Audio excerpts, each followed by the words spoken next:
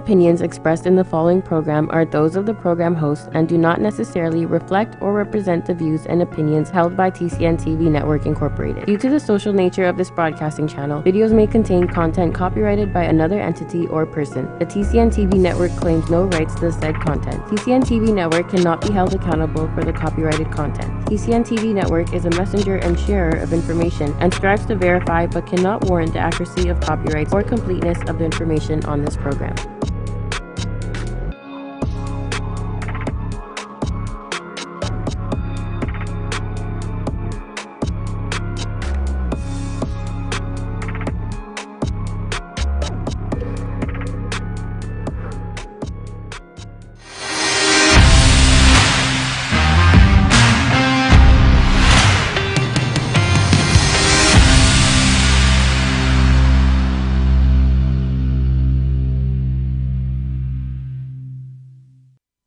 Good morning, everybody. I hope you had a fantastic long Canada Day weekend. My name's Andrew Perry, host of The Daily Reel, here with my guest, Gary McGowan. Nailed it. Nailed it. You practiced the names a few times before I hop on. Thanks for coming on, my man. My pleasure. Yeah, another guy from the east side of the city that we're talking to today from Stouffville, Ontario. Is that where you reside? Stouffville, right? Stouffville.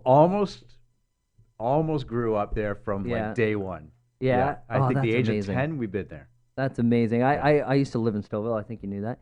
Is the Earl of which church Stouffville there still? It the is. Earl of under new management as of like last week. So it had really? shut down for a little short time and then it came back. Well, they had they were under. They had issues. The new owners just bought it like 3-4 years ago, right? Yeah. Yeah. Anyways, but Stouffville, Ontario is an absolutely gorgeous town. But when I was there, we were buying, a friend of mine, because I worked at the Boston Pizza. Yeah. It's a pretty big deal when that Boston Pizza came there. So I remember when we were looking at houses, we were looking at the brand new houses that were kind of south of Boston Pizza. 277,000. Yeah, you should have bought one. Yeah. Or two. Yeah. Or three. Because when my dad sold his semi, no, it was an end unit, but it was a semi, and he sold it for 700. Oh yeah. Is that how is that like kind of how's the market there now? Is it still kind of tapering or is it going up? That's a loaded question though, right, Andrew? Like yeah, of course it is. Stouffville had always lagged behind its big brothers like Markham and Richmond Hill and Newmarket even. Yeah. And Stouffville had up a couple years ago probably the highest movement of any little community around Toronto. We're talking like 35% increases. Right. Yeah. And it was because it had lagged behind for so much. So what goes up must come down, right? A little bit. Of course. And it's also probably had one of the most significant corrections or kind of stabilized a little bit. So we were selling things easily for $1 million without a doubt. Yeah. Now we're down to probably 800,000. So kind of leveled off a little bit. So that's like your typical 3-bedroom home. Yeah. I mean, kind of like Bradford, Ontario. Bradford was when I was growing up in Innisfil, it wasn't necessarily the most attractive town in terms of bringing buyers in. But then it was labeled Ontario's fastest growing town. Yeah, sure. It's crazy. But what I like about Stouffville is that it's got that. It's I don't know. It's like a small town. Everybody knows each other. Hockey town, right? Was it Keith Acton? Yeah. He's from Stouffville. Boston Pizza. Was he running for mayor? plug. Was he running for mayor? He did run for mayor. Was that what? Yeah. We kind of lost touch. I used to hang out with him at the Boston Pizza sometimes, and that was cool when I saw that. So tell me, Gary, where did it start for you? How long have you been in the business? So I've been licensed for 7 years, been in real estate for probably pushing about 14 years now, 15 years. So you were an investor before? Investor before, and really, without me knowing it, I was in real estate probably at the age of like 8-9 years old. Oh, that's how the story starts. Yeah, how so? Is there an explanation for that? No, not at all. I lived in a house at 8, so yeah, so that qualifies me. Yeah. It's one of these things where my parents, I've been blessed to be around parents that have always found value in being entrepreneurs themselves. Great. And then investing in real estate Yeah. for a long time.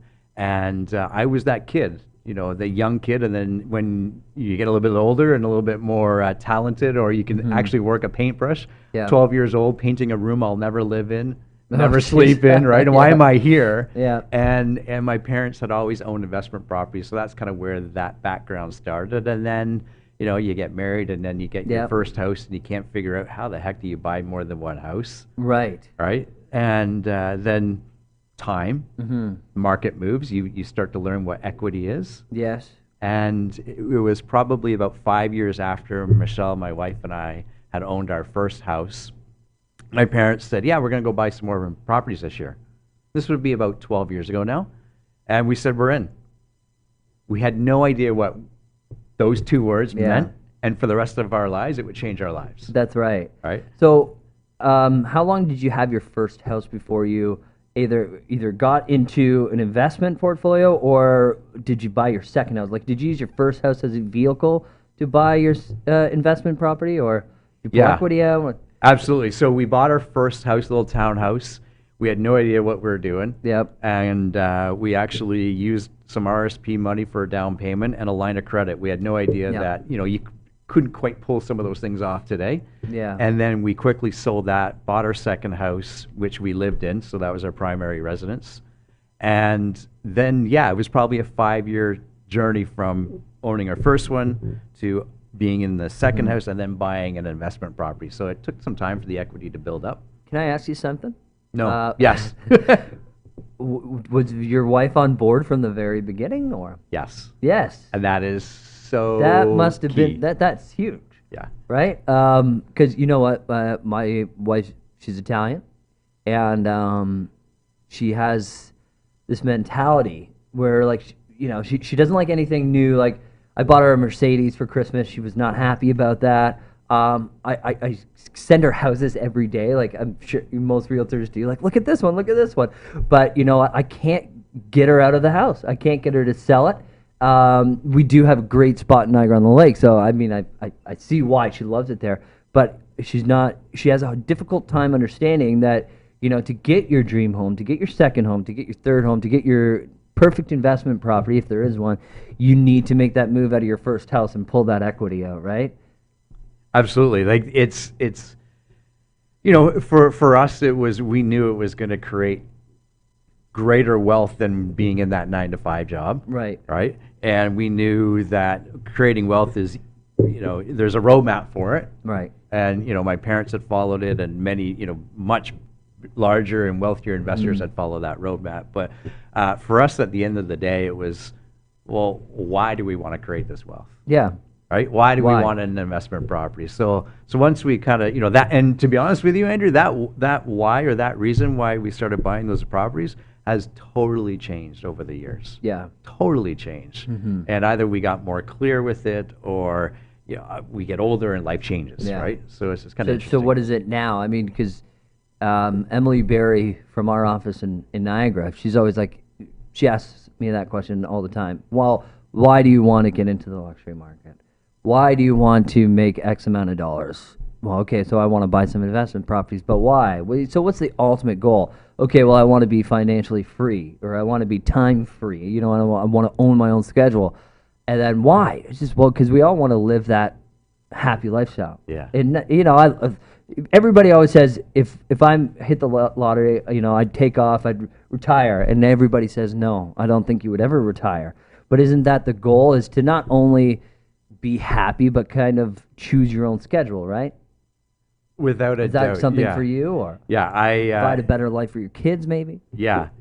At the beginning, it was I wanted more time for myself. Yeah. Right? Right. Don't we all, right? Yeah. And then it turned into, well, that's great. That's, it's almost easy to do that. Right. Right? And then you find yourself, well, then all of a sudden you have a couple of kids, and then 3 kids, and now all of a sudden you need time for them. Time for them. And then a future for them. And part of the way I was brought up is you build wealth to leave a legacy. Yep. And you want to pass that, when you want to create, what's ever handed to you, you want to create bigger. And so you can just keep passing that on down the generations. But that's not specific enough for me. I needed to get a little bit more specific on that. Yeah, well, you know what? I think even in today's day and age, I think we're all, I don't want to say nervous, but we second guess ourselves by releasing what we want to the universe, because sometimes we can feel selfish about it. So I want some time for me. Yes, we've got kids. We want to spend time with our family. We love our family. Want them to have a long, healthy lifestyle and happy. But at the same time, we got to think of ourselves, right? We want to do these things so that we can live, the way we want. We're going to take a quick break, and we're going to reconvene in a couple of seconds.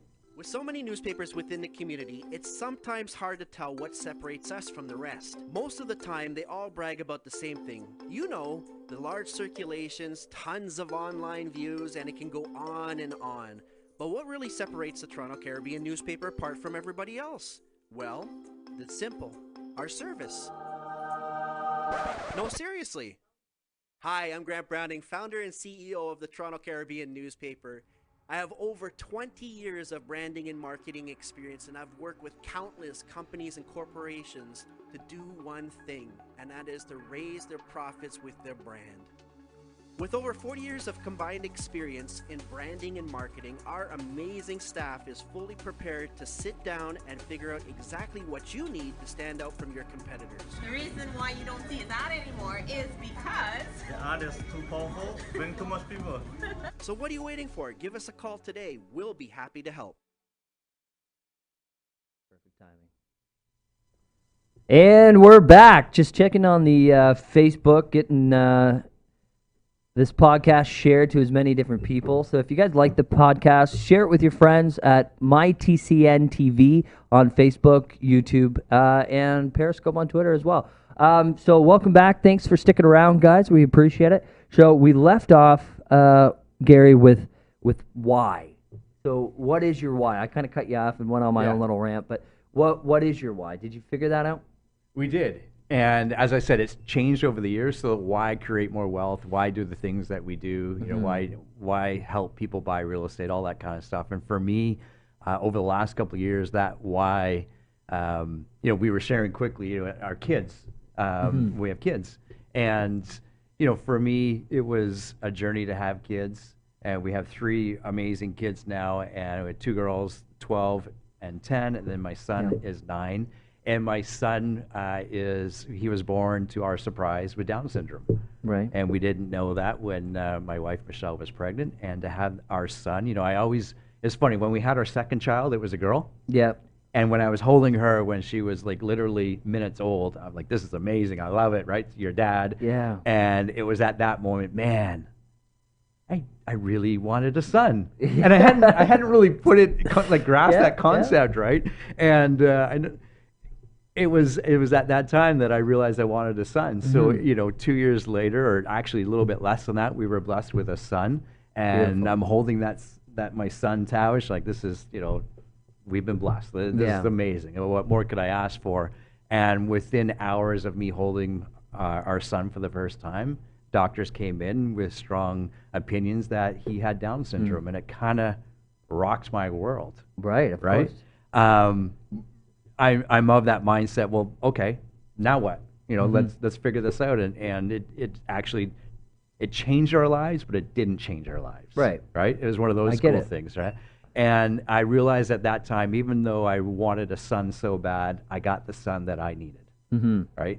And with that, now we're able to create wealth, obviously for our kids, but for him, who's going to need support throughout life, financial and everything else. That's it for me. I just look at him every day, and now I know why I'm doing the things that I do. Yeah, well, because such a cute kid too. Like, I see, like, obviously we're friends on Facebook, so I get to see everything. Yeah. So how did that? I mean, you kind of went into it, but those moments. I mean, I don't know if you want to talk about it, but how was that for you in those moments, those first few moments when the doctor came up? I mean, what was running through your head? Everything and nothing. Right. I just remember, he was literally, I just got off, you do the rounds of phone calls, right? Yeah. Yeah, we had a son, his name's Tavish, and everyone's happy for you. We called, our family, and I didn't even get to the friends point. We had just called, I called my brother and sisters and so forth, and I got off the phone. I was actually still on the phone with my youngest sister when the doctor came in and asked us to see Tavish. And that's when she told us that she felt he had Down syndrome. Yeah. And at that moment, I'm holding him, and there's moments in your life that you just know that whatever your next decision is going to be a major factor. Yeah. Right. Yeah. And she actually, I'm trying to remember the scenario here. So she's holding him. She asked me if I wanted to hold him after I was told that he had Down syndrome. Right? Wow. And I thought to myself, I can just put him down in the little crib, or I can hold him. Like, no way, he's my son. Of course. I'm holding him. Right? And I think just that outpouring of love that we got in the first day or two, just from friends and family and people at our church to, people. Then all of a sudden, it's one of those weird moments that new people start appearing in your life because I guess, we needed them. Yeah. And this isn't real estate, but this is life, right? And it was like 3 a.m. I think on day 2. So he's in the little what do you call it? Like the special little room where all the newborn babies go. I can't remember. Yeah. We're 2 guys. Display room. Display room. Yeah. So he's in there. The nurse comes in and says Tavish is ready to be fed. Yeah. So we go in, Michelle and I. And we sit down, and Michelle's feeding Tavish, and this nurse that we had never met before comes in and sits with us. And she's just sitting with us quietly, just to kind of comfort us and do whatever and make sure we've got everything we need. And she starts sharing with us and says, do you know my son has Down syndrome? And he was maybe 18 at the time.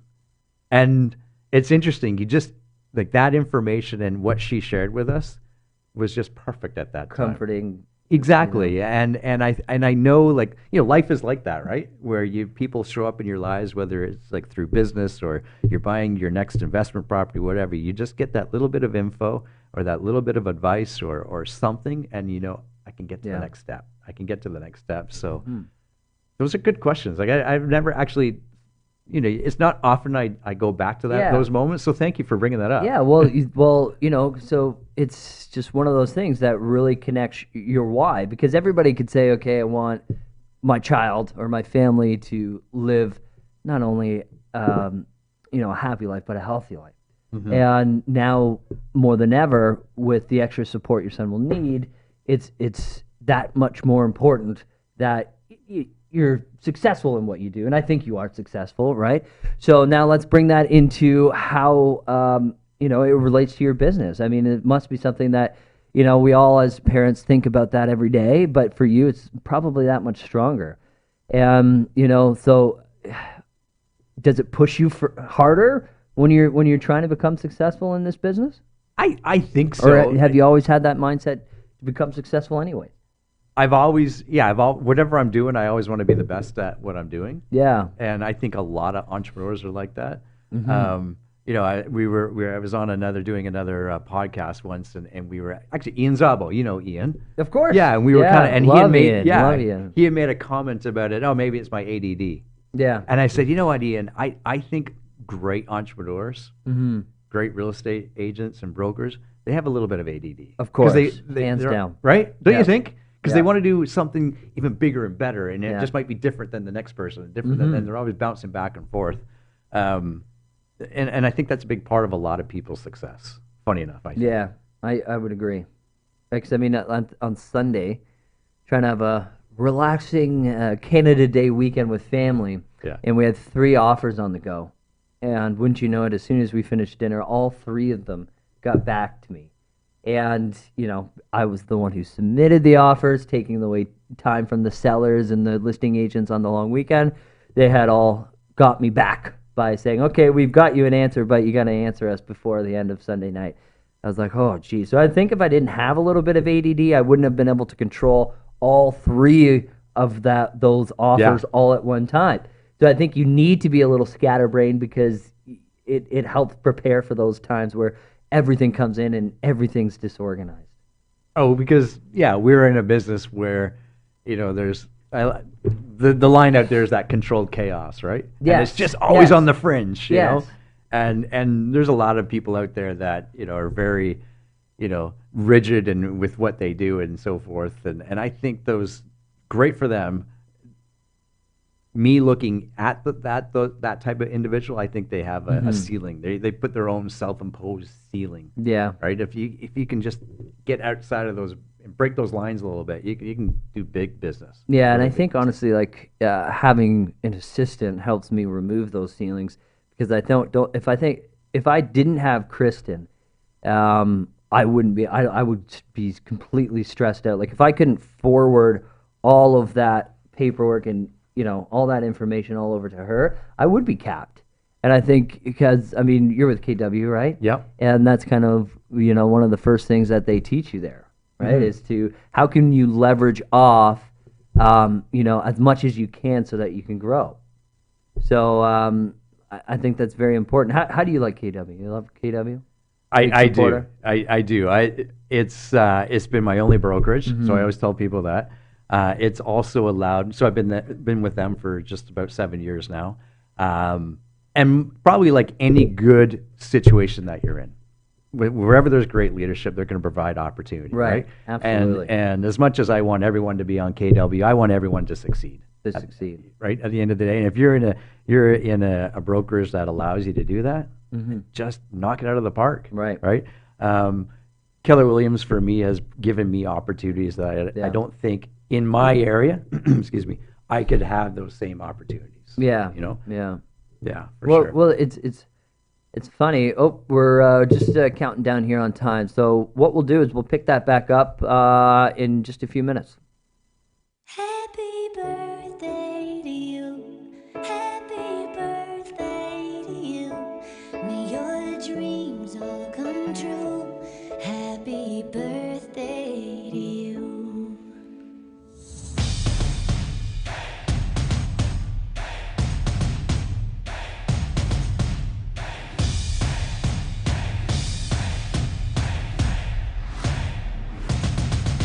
We refuse to promote, report on anything negative in the community.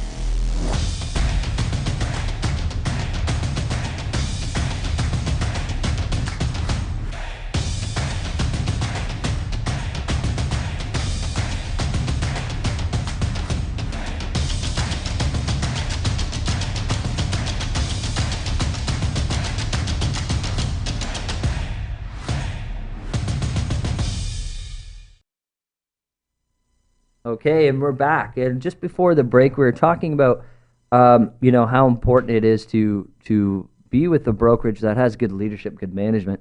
And what do you think, Gary? What do you think it is about KW that, like his brokerages, like in where we are in this marketplace in Ontario, somebody's always talking about KW. It's always a conversation, whether it's pros, whether it's cons. But I think you hit the nail on the head. It's not necessarily about the brokerage, definitely not about the commission splits, but it's always about the leadership. So what is it to you that you feel that KW brings to the table and why you never chose to leave? Yeah, for me has got to be the culture, which Yeah. is you can only have culture if you have great leadership. Of course, Right? yeah. And I know other brokerages or other brands have that same type of culture and everything like that. And as much as I am pro KW, I want, as I said earlier, I want people to be pro successful. Pro success. You know what I mean? Yep. And for us, it's our culture. Just the other day, our broker owner, he owns 2 brokerages, one here in just north of Toronto in Newmarket, Yeah. and then another one in Ottawa, and we have about 250 agents in our Newmarket brokerage. And he's like, okay, at our team meeting this next month, we're doing it outside, and we're bringing in food trucks. Beauty. Right? And I'm part of that. So, cards on the table. I'm part of the leadership team there, on Yeah. the Agent Leadership Council. And all I hear behind me, one of our agents say is, "Just when you think it can't get better." Right? Just when you think you can't get better, they bring poutines in. Exactly. Right? Yeah. When all else fails, bring in the poutine. But just little things like that, and how do you set that culture? Food trucks is great, but how do you build someone's business? And that's what I find with KW or our brokerage in particular is, there's brokerages out there. Hey, we can make you a great realtor. Yeah. Awesome. That's not good enough for me, though. No. Here, we can make you and help you grow a great business. That's what I want to hear. right? Yeah. And that's the culture I want to be around, Right. right? When obviously when I started 7 years ago to where I am today, I now have we call it an expansion office or a mega agent Right, office, yeah. and I've been able to open up my own office right in Stouffville. Yeah, right on the main drag there. Exactly, and I know other brokerages has that same opportunities, and if that's your dream, like they helped me build a business Mm-hmm. where I could do that. So, and that's kind of where I was going with this direction of questions. So, how important, because we were talking about leveraging to an assistant. So, obviously, Keller Williams is a huge advocate for teams and growing your own teams and, creating your own wealth and your own business. So, how important is teams in the real estate space to you right now? Where we know that the industry is going to be basically all teams in the next few years. So, how do you feel about that? Well, I wanted to get out in front of it. Yeah. And that's why, the team that I own and operate has been around for about 2.5 years. But that 2.5 years, as you know, Andrew, like the market can move fast and you can do a lot with it, Yep. right? And so we leveraged that. I leveraged the town that I grew up in. I leveraged my name that people know in the town that I grew up in. Yep. And we were able to leverage that into a team. And for me, going back to why do we do the things that we do? And sometimes that reason is we want more time. Yep. So, we leverage leads out to our agents and so forth and everything like that. It allows me to work, obviously as a realtor and as a leader, but then I can focus a little bit more on our investment properties. I can focus on some of the other things. I do a lot of training and education at our brokerage, and I travel around some of the other Keller Williams offices and do that. Yeah. So without leverage, I can't do that, right? Without people course. kind of picking up some of those other tasks that I would be doing, I couldn't do that. Yeah. And so, how important is it, an investor as yourself, working with clients? How important is it I want to phrase this question. How important is it as an investor client to work with somebody like yourself who has investing experience? Because we had Joel Anthony Del Grande on from Del Grande Homes, and he's a huge investor, and his own niche is just investor clients. Right. So would you say it's important to work with somebody who has an experience in that regard? Yeah, absolutely. I mean, you don't go and get your hair cut by the mechanic. Right? you work with people that are doing the things that you want to do. Yeah. Right? And, and as realtors, not to say we have the inside track, but we have the inside track. Yeah. You know what I mean? I would say so. Right? And for realtors not to take advantage of that and start buying their own investment properties, I think they're missing out on a huge opportunity. A big part of the business. Absolutely, I agree. And from, a client's perspective, when I first started buying investment properties, and I think we've owned as many as about 24, 25 at one time. Oh, wow. And everything. So we've done That's a big portfolio. It's a big portfolio, and and I have colleagues that own 100. So, I'm just a small kind of guy compared to those. But you know what? One is where it starts. Right. And we started working with agents that owned investment properties. Because I want to know from them, what do they look for? Are they looking at the numbers? Are they looking at the location? Are they looking at the tenants? Are they looking at the building? And it's not just somebody talking by theory, it's somebody talking by experience. Right. And you can leverage that experience for sure. Yeah, For sure. I would agree. And, not to just switch topics too much here, but you just recently signed up with Homes and Land, right? Yes. Yeah, our good buddy Doug. So, Doug, if you're watching it, we find a lot of agents across Ontario just love the product. And it's all about investing. So where I'm going with this is that it's all about investing in your craft, in your toolbox. So if it's, we always think about how much can we afford in expenses that are going to bring us more business, right? Or leads. And the problem with a lot of agents right now is they want a quick fix. They want something that, okay, well, if I'm going to spend $500, $600, $700, $800 a month, it better be bringing me in a ton of leads. But with Homes and Land, it's more of you're just doing absolutely everything that you can to expose your client's home. So where I'm going with this is how important is it to invest back in your business? As a team leader, as a KW agent, I know they're huge on it. So how important is it to invest in your craft? Well, I think perhaps the question before that is, what are you investing into yourself? Right. Right? And if you can answer that specifically with, I'm spending this because it allows me to take this training or have this coach or mentor or mastermind group. Yeah. Perfect. The second is, okay, what am I investing into my business so I'm adding value to A, our clients, and B, the agents on our team. Yeah. And you got to be. There's probably not a dollar amount. Whatever it is that you're investing, it's got to be giving you an ROI. Right. You got to be able to track that. And we do. We track it. Now, Homes and Land is new for us. I think this will be the third issue coming out. Yep. So we don't have an ROI on it to quantify that just yet. But some of the other things that we're investing into, for sure we have an ROI on, because we got to be able to track that, right? Mm-hmm. We got to be able to show value there.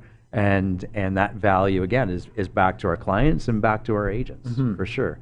And same with choosing a brokerage, right? Different brokerages choose different types of advertisements or different vehicles or how they train. And if you're not receiving value, then maybe you should question that. Yeah. No. Always question the value. Right, of course. I mean, but it's tough. Like you said, you want to choose something that measures your ROI. But sometimes it's tough because you really know if you're going to buy a course or take some type of mentorship program, you really never know how you're going to kind of take in all that information and how you're going to use it to better yourself. So it's tough to track how do you track ROI of billboards? Right? I mean, I guess you could have your clients fill out a survey and ask, hey, where did you hear about me? But it's one of those things that sometimes you just got to take that leap because you don't even have a Homes and Land physical magazine in Stouffville, right?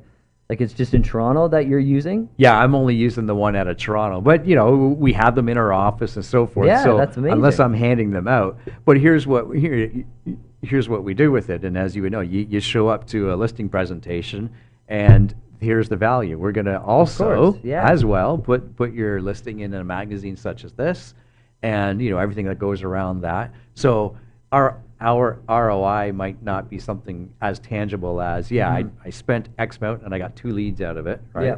Whereas it allows somebody to say yes to us representing them, and then that's totally different. Right, there you go. I guess I never really thought about it that way because for me it's a listing tool, and it's a way to get more listings and a way to just service your seller clients as best as you can, right? Yeah. We're going to take a quick break and come back in just a few moments.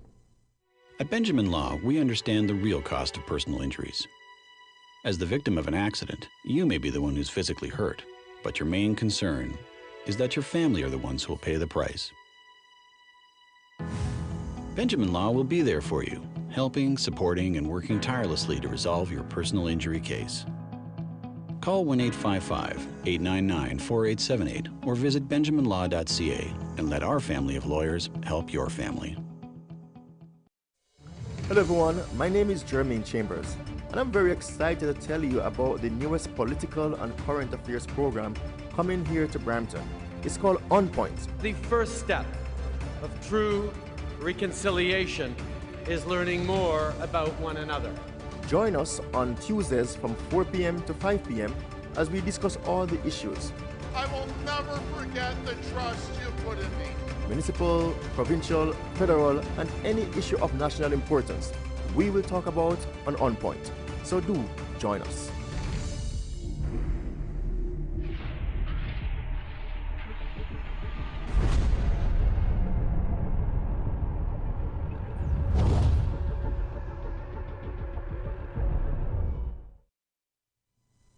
And we're back. Thanks, guys, for sticking with us. So we were talking off air, off the mic, and we got into, trying to find your why, but we never actually answered the question of why did you become a realtor? Because 7 years in the business, it's one of those things like you're an investor first. You got your real estate license. We hear that all the time, but I'm sure why you became a realtor wasn't just to save on commissions like they have in the urea textbooks, right? That's right. Well, it's funny.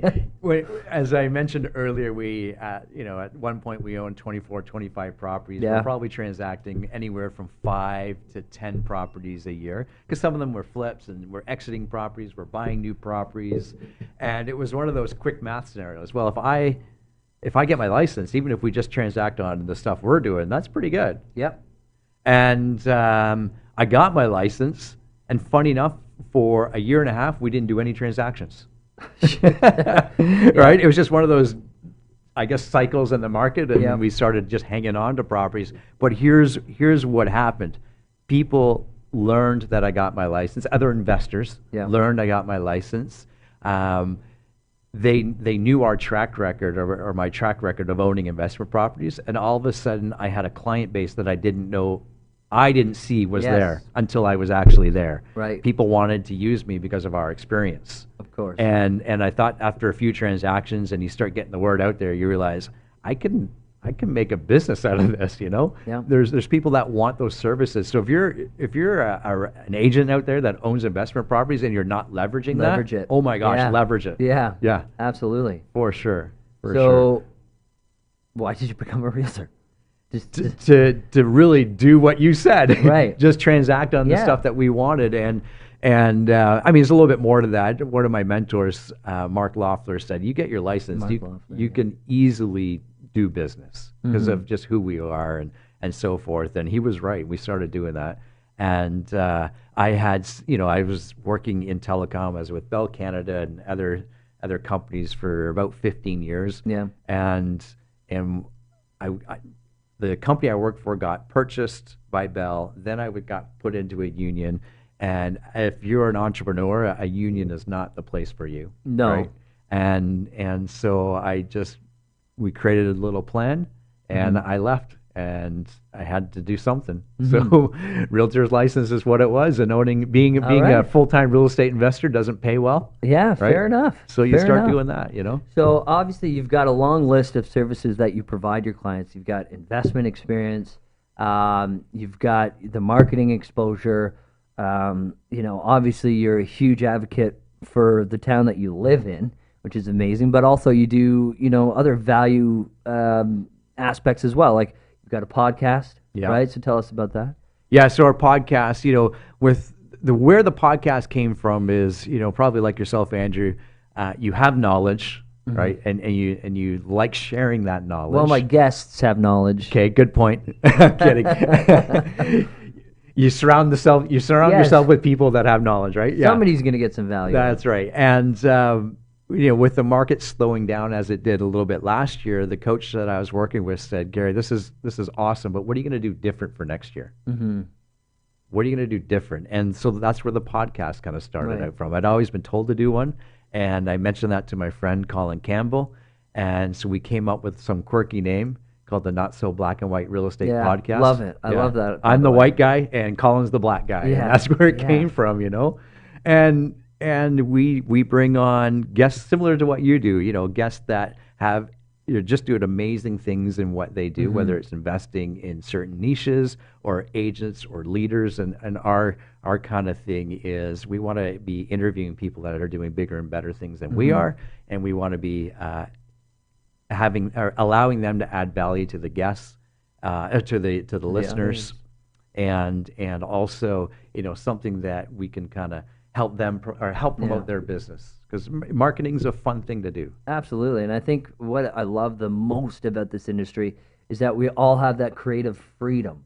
Yeah. I mean, some people probably shouldn't, but for the majority, I think that's what's such amazing about this business, is that we have the ability to choose our own brand. I mean, if you're on a team, they choose that for you, but you have that ability to, kind of create whatever you want. And I think there's a good report that, I'm never good at remembering the authors, but it just came out last week about how to stand out or how to get that promotion, even if you're working in, a corporate job. And you think that you want to list things that the boss wants to hear, but really what the boss wants to hear is how you're going to do things different. So I think with creating the podcasts, always doing something that is unexpected, I guess. is huge. So what's kind of next? You've done the podcast. Do you have anything else in mind that it's going to be different or set you apart? There's a few things we're working on. Yeah. One of the other things we added this Can't year. disclose? Can't disclose, not Yeah. yet. There's a few things that, you love video, I love doing video. And I thought to myself, I got all these clients that keep asking me questions. Why don't I just use that? That's video content. Yes, right? absolutely. Like agents get asked questions every day, and it is whether it's a little blog. I'm a terrible writer. I'd much rather be in front of the camera. Yeah. So that's where I went, and it's little things like, what is a home inspection? To do I need to get pre-approved? Right. And we do like little 1-minute videos, and we send them out. And we call it roadside chats. That's what because I was creeping your website. Thanks. And I was like, what is roadside chats? What is that all about? And that's all it is. It's just a little 1-minute video of, a bad home inspection, or like I said, or my favorite one is, we love our parents, but we should never listen to them when we're buying properties. Oh my gosh. Right? I think every realtor out there can. So true. So true. And my whole point in that little 1-minute video was, they love us. However, they may have bought or sold 3 properties in their lifetime. Yeah. You did that, yes, on Sunday. Yeah. Right? Yeah. And it was a husband and wife clients of mine. The husband actually went out and looked at an open house and got really excited about it with his father-in-law. And the wife said to him, "You're going to listen to my dad over Gary?" Yeah. And that's where that content came from. So we get content delivered to us every day. Right. Just how do we put that in front of people to digest, type thing, right? Absolutely. No, I totally agree. And so KW's big on the charity events. Yeah. You are as well, right? Yeah. Yeah. What are some of the things that you? So the KW flagship one is Red Day every year. The Red Day, right? And every brokerage chooses a different local charity that they're going to support. Yeah. And for us, it was what was it this year? Mental health is. Yeah. So we found a local charity that worked with people that struggled with that. Mm-hmm. So we raised money and donated to that. Locally for us here over in Stouffville. Throughout Canada, one day a year in February, we do Coldest Night of the Year walk.